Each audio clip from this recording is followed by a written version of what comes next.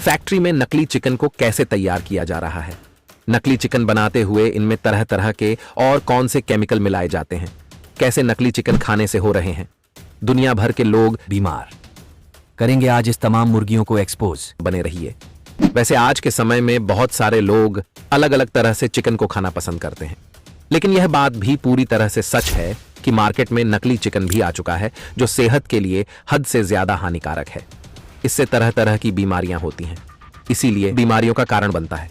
तो ये आपको पता होना चाहिए। जरूरी है कि नकली चिकन बनता कैसे है। दोस्तों, आपको बता दें कि फैक्ट्री में दो तरह की मुर्गियां होती हैं। पहले मुर्गी तो वह होती है जिसका मांस हम खाते हैं और जिसके चिकन से तरह तरह की चीजें बनती हैं। चिकन से बनने वाली ज्यादातर चीजें इसी चिकन की बनती हैं और इन्हीं मुर्गियों के मांस को नॉर्मली लोग खाते हैं। इन मुर्गियों को बॉयलर कहा जाता है। लेकिन दूसरी तरह की मुर्गियां वह होती हैं जो अंडे देती हैं और इन मुर्गियों को तैयार करने का तरीका बहुत ही अनोखा होता है, जिसे जानने के बाद आपके होश उड़ जाएंगे। इसीलिए चलिए अब हम जानते हैं फैक्ट्री में यह बनाई कैसे जाती है। दोस्तों, सबसे पहले तो जो मुर्गियां अंडे देती हैं उनके अंडों को अलग कर लिया जाता है। जिन अंडों में बच्चे होते हैं उन्हें अलग किया जाता है और फर्टिलाइज अंडों को भी अलग किया जाता है।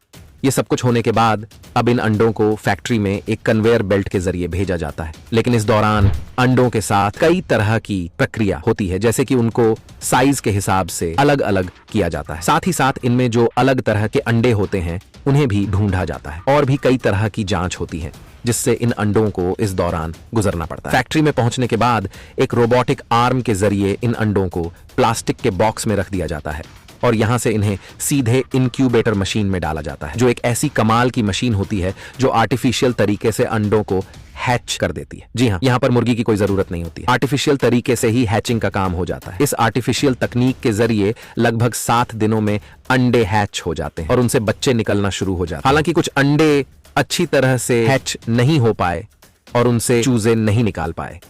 इसके लिए पूरा स्टाफ होता है जो इस काम को पूरा करता है और अंडों से चूजों को निकालता है। जब बच्चे पूरी तरह से अंडों से निकल जाते हैं तो उन्हें इकट्ठा किया जाता है, जांचा जाता है और बक्से में रखा जाता है।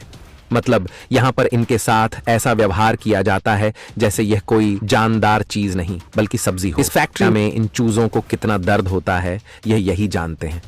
इस दौरान जो बच्चे बच जाते हैं वह पैक करके पोल्ट्री फार्म में चले जाते हैं।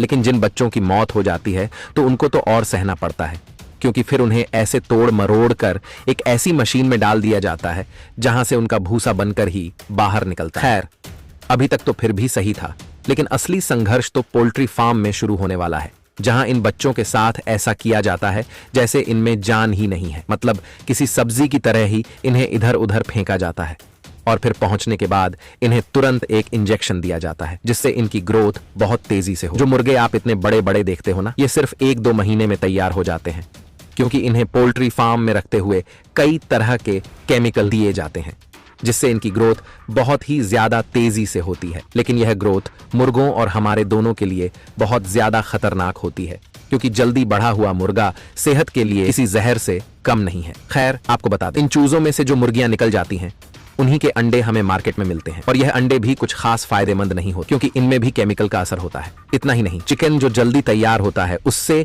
कैंसर होने का भी खतरा बताया जाता है, क्योंकि कितना भी कुछ कर लो केमिकल का असर चिकन में रहता ही है जो हमारे शरीर में जाता है और तरह तरह की बीमारियों को जन्म देता है। इसीलिए इस वीडियो को अपने दोस्तों के साथ शेयर कीजिए और उन्हें इस सच्चाई से अवगत कराइए। ऐसे और भी वीडियो देखने के लिए हमारे YouTube चैनल AK कम्युनिटी को सब्सक्राइब करें।